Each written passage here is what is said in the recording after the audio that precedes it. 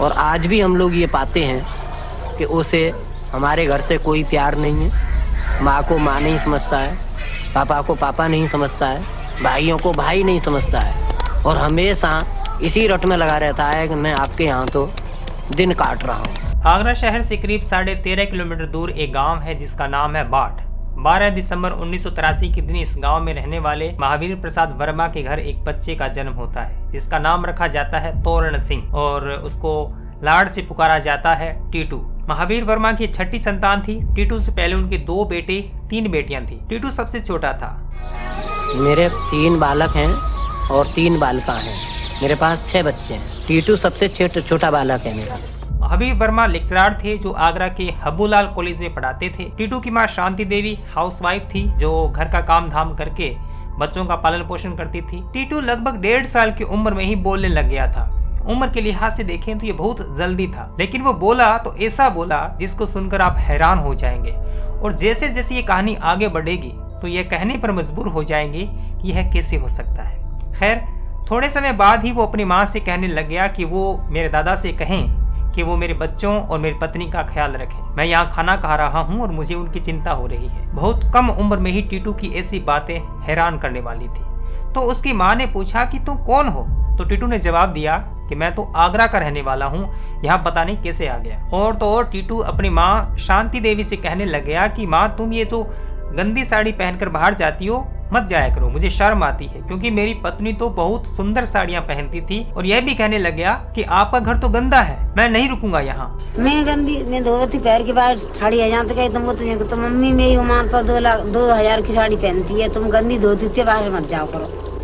हम भगवान ज्यादा है, तुम मम्मी गरीब हो, हमें ना अच्छा लगा। तू कबो के तो काचन को मकानों में हो यहाँ दिल ना लगा। तू मेरा घर तो बहुत बड़ा था। टीटू की इस तरह की बातें सुनकर महावीर और शांति ने कुछ दिन तो इग्नोर किया। सोचा कि बच्चा यूं ही बोल रहा होगा, यूं ही कुछ अपनी कहानी बुन रहा होगा। लेकिन हद तो तब हो गई जब वो पैदल और बस में चलने से मना करने लग गया। वो कहता कि मेरे पास तो कार थी, मैं तो कार से आया जाया करता था, मैं बस से सवारी नहीं करूंगा। उसके घर वालों ने यहाँ तक भी बर्दाश्त किया, क्योंकि तब उसकी उम्र महज 4 से 5 साल की रही होगी, तो उसको बच्चा समझकर नजरअंदाज करते रहे। लेकिन महावीर प्रसाद एक बार आगरा में किसी से शादी से गए थे तो टीटू को साथ ले गए। तो वहां जाकर टीटू ने जो कहा वो रोंगटे खड़े करने वाला था। उसने कहा कि यहाँ सदर बाजार में मेरी एक दुकान है।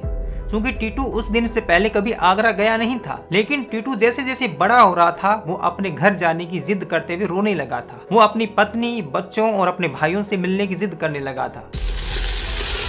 जी वो लोग हम तो अपने घर में जाएंगे, तुम तो कितने किलोमीटर हम पे जावा है।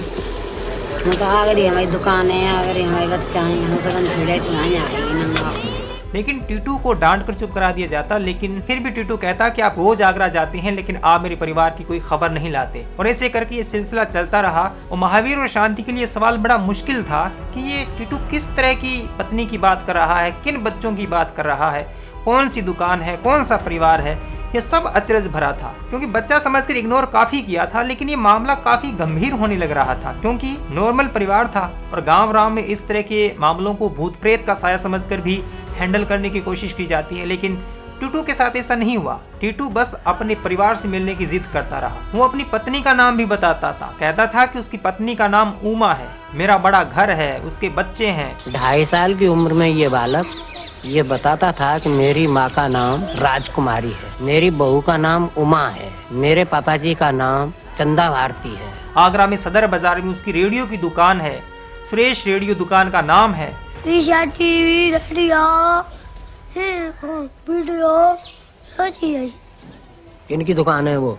मेरी कहता कि मैं गुंडा हूँ, स्मगलर हूँ। यह बच्चा बड़बड़ाता, लेकिन घर वाले उसकी बातें सुनकर हैरान होते। तो अप्रैल 1987 में अंततः टीटू के बड़े भाई अशोक ने तय किया कि आगरा बाजार में जाकर देखें तो सही कि वह दुकान वगैरह है भी या नहीं है, इसकी बातों में कितनी सच्चाई है, कितना झूठ है, वो जाकर देखें तो सही। तो एक दिन अशोक अपने दोस्त को लेकर आगरा निकल पड़ा और वो आगरा के उसी सदर बाजार में पहुंच गए जिस बाजार में अपनी दुकान होने का टीटू दावा करता था। वो दोनों कुछ देर घूमते रहे, लेकिन वैसी कोई भी दुकान नहीं दिखाई दी। लेकिन अचानक उसको एक दुकान दिखाई दी जिसके बिलबोर्ड पर लिखा था सुरेश रेडियो। इससे पहले वो कभी इस दुकान पर आया नहीं था।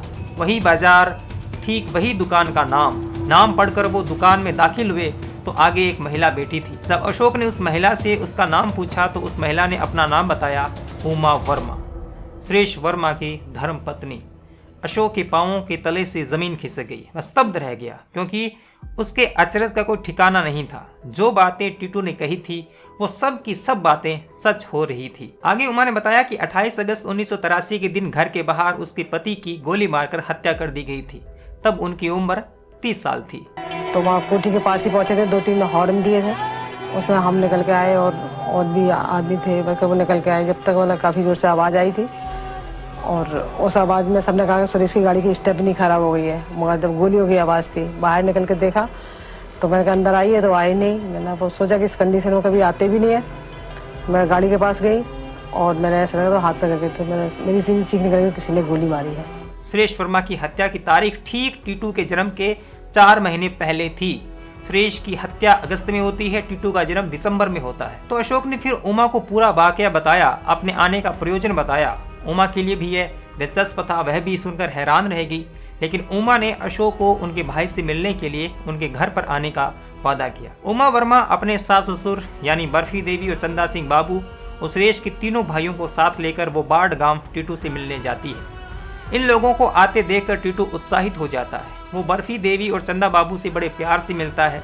वो उमा से शर्माता है क्योंकि ये जाहिर सी बात है, क्योंकि वो भले ही उसे अपनी पत्नी कहता हो लेकिन वो तो है एक 5 साल का बच्चा ही, और वो उमा थी करीब 35 से 40 साल के आसपास, तो उसमें वह संकोच का भाव था ही। तो इस तरह टीटू उन 6 लोगों में से 5 लोगों को नाम सहित पहचान लेता है। तो उमा और उनके साथ आए लोगों को लगता है कि हो सकता है कि ये सब टीटू को सिखाया गया हो सकता है कि यह सब उसको बताया गया हो। तो उससे वो कुछ सवाल पूछते हैं और जिनके वो जवाब लगभग सही देता है। वो यहाँ तक कहता है कि आप मेरे दोनों बच्चों को साथ लेकर क्यों नहीं आए।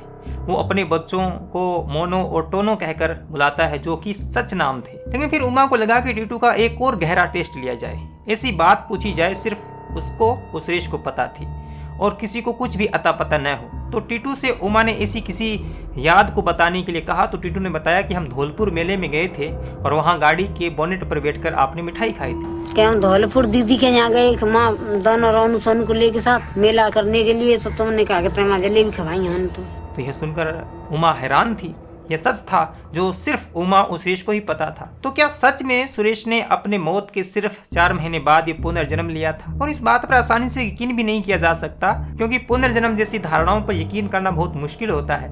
लेकिन टीटू की कहानी जिस तरह से आगे बढ़ रही थी वो कुछ अनूठे संकेत कर रही थी, जिसे जुटलाया नहीं जा सकता था। उमा और साथ आए उन लोगों की हैरानी का कोई ठिकाना नहीं था, मगर वो और पूछताछ करना चाहते थे। तो फिर टीटू से पूछा गया कि फिर तुम्हारे पिछले जन्म में तुम्हारी मृत्यु कैसे हुई थी। यह सवाल बहुत अहम था, क्योंकि टीटू ने अब तक अपनी मौत के बारे में कभी कुछ बताया नहीं था कि पिछले जन्म में उसके साथ क्या हुआ, उसकी मौत कैसे हुई, उसके कारण क्या रहे। तो टीटू ने बताया कि जब वह दुकान से घर लौट रहा था और घर के दरवाजे पर जब पहुंचा तो वहां 3 लोगों ने आकर उसके सर में गोली मार दी थी और वो गोली मारकर भाग गए।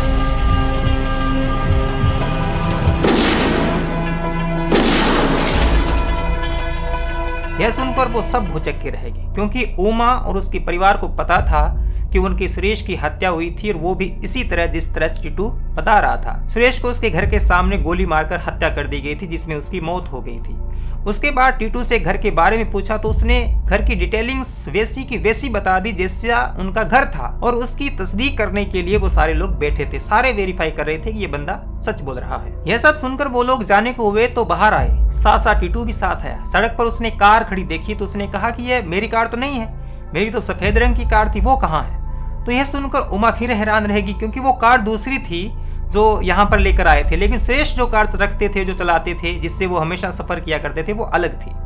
इतनी डिटेलिंग्स, एक एक बात को सटीकता से बताना, जो बातें सार्वजनिक नहीं थी और न ही एक बच्चे को बताई जा सकती थी, वो सब बातें टीटू बड़े आराम से बता रहा था। इन दोनों परिवारों का आपस में कोई संपर्क भी नहीं था, उसके बावजूद हर बात का याद होना एक विचित्र तरह का केस था जो वर्मा परिवार के सामने आन खड़ा हुआ था। वो जब जाने के लिए रवाना हुए तो टीटू भी उनके साथ जाने के लिए जिद करने लग गया, कहने लगा कि वो अपनी पत्नी, अपने माँ बाप के साथ घर जाएगा।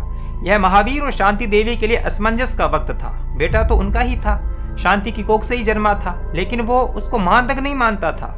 माँ को माँ नहीं समझता है, पापा को पापा नहीं समझता है, भाइयों को भाई नहीं समझता है, और हमेशा इसी रट में लगा रहता है कि मैं आपके यहाँ तो दिन काट रहा हूँ। वो तो किसी और को ही अपनी माँ कहता था। ऐसे में एक माँ को अपने बेटे के खोने का दुख भी था।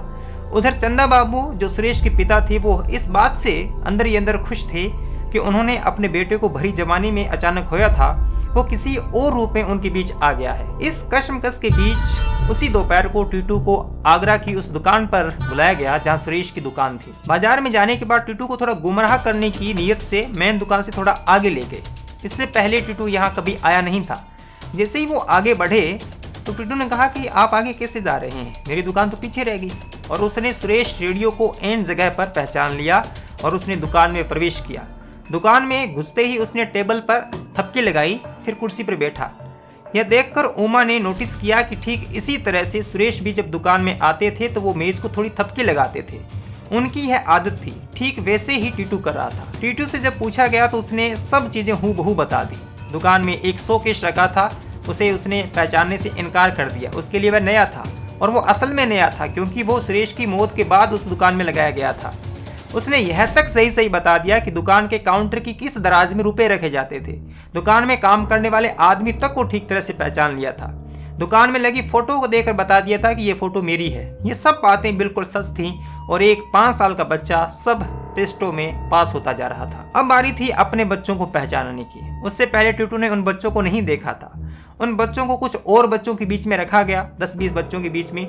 टीटू ने सीधे जाकर सुरेश के दोनों बच्चों को पहचान लिया और हाथ लगाकर बता दिया कि ये बच्चे मेरे हैं। तो इतना सब होने के बाद ये मामला बेहद संगीन हो गया था। स्पष्ट रूप से यह मामला पुनर्जन्म का जान पड़ता था, लेकिन इस तरह कोई भी भरोसा नहीं कर सकता था। लेकिन अब टीटू को विशेषज्ञों के टेस्ट से गुजरना था। जिन लोगों ने इन मामलों की दुनिया भर में जांच की है, उनकी महीन जांचों में टीटू को सही साबित होना था। दोनों परिवारों में कशमकश बढ़ गई थी क्योंकि उमा अब इस 5 साल के बच्चे के साथ पति पत्नी वाला रिश्ता नहीं रख सकती थी और शांति देवी और महावीर भी अपने जन्मे बेटे को किसी और को नहीं दे सकते थे और न ही वो दोनों परिवार ऐसा चाहते थे। इयान स्टीवेंसन नाम के एक रिसर्चर ने दुनिया भर के पुनर्जन्म के मामलों की से पड़ताल की है और उन पर गहरा रिसर्च किया है जो दुनिया भर में मशहूर है। स्टीवेंसन के इनविटेशन पर एक और रिसर्चर एंटोनियो मिल्स ने साल 1988 में भारत के ऐसे 10 मामलों पर शोध किया, जिनमें 3 मामलों पर उन्होंने एक रिसर्च पेपर लिखा है जिसमें यह टीटू का मामला भी शामिल था। यह रिसर्च पेपर आज ही मौजूद है, लिंक आपको डिस्क्रिप्शन में मिल जाएगा। मैंने पूरी बात उसी रिसर्च पेपर के आधार पर कही है, एक भी बात अपनी ओर से नहीं कही है। एंटोनिया मिल्स ने आकर ये पूरा मामला समझा, गहन जांच पड़ताल की जो उनको रुचिकर लगा। अब एक ऐसा सबूत सामने आने वाला था जो दोनों परिवारों को भी हैरान कर देने वाला था। टीटू के जब बाल काटे गए तो उसकी दाहिनी कनपट्टी पर गोल निशान था। उसके कान के नीचे भी कुछ उभरा हुआ सा हिस्सा था जो क्यूरोसिटी का कारण था कि आखिर ये निशान किस चीज के हैं। सुरेश की हत्या के बाद हुई उसकी पोस्टमार्टम रिपोर्ट का अध्ययन किया गया। उसको देखकर पता चला कि सुरेश के सर में ठीक वहीं पर गोली मारी गई थी जहां टीटू के सर में गोलाकार निशान है। हैरानगी की बात है कि टीटू के सिर पे एक जन्म निशान है जो रिपोर्ट के मुताबिक उसी जगह पे है जहां पर सुरेश को गोली लगी। ये समानता हिला देने वाली थी। इस रिसर्च के बाद ये पुख्ता हो गया था कि ये पुनर्जन्म का ही मामला था, क्योंकि अभी भी मामला फंसा हुआ था। क्योंकि शांति देवी को प्रसव के दौरान जिस सैनिक अस्पताल में भर्ती कराया गया था उस रजिस्टर में टीटू की जन्म तारीख 10 दिसंबर 1982 दर्ज थी, जो पुनर्जन्म के मामले को उल्टा साबित कर रही थी क्योंकि यह तारीख दरअसल सुरेश के मरने से 8 महीने पहले पड़ती है। यानी सुरेश के देहांत से 8 महीने पहले ही टीटू का जन्म हो गया था। यह अहम सवाल था, लेकिन टीटू के पिता ने कहा कि उसकी सही जन्म तारीख 11 दिसंबर 1983 है। उस सैनिक अस्पताल में वो अपने मित्र के कारण भर्ती हुए थे जो कि वो एक सैन्य कर्मचारी थे। वो उनके बिहाफ पर भर्ती हुए थे, तो हो सकता है कि यह तारीख उनके बच्चे की जन्म तारीख हो। जबकि बाद में टीटू जब बड़ा हुआ और वह तोरण सिंह बन गया तो उसने एक इंटरव्यू में अपनी असली डेट ऑफ बर्थ 12 दिसंबर 1983 बताई, जिसे ऑथेंटिक माना जा सकता है। तो इस पूरे मामले को पुनर्जन्म के रूप में रिसर्च पेपर में दर्ज किया गया है। कुछ रिपोर्ट्स का दावा है कि सुरेश की हत्या के बाद हत्यारे पकड़े नहीं गए थे, तो टीटू का पुनर्जन्म हुआ तो उसने पुलिस को सब हत्यारों के नाम बता दिए और पुलिस ने उन सबको पकड़ लिया। फिर हत्यारों ने अपना गुनाह कबूल कर लिया, फिर उनको सजा भी हुई।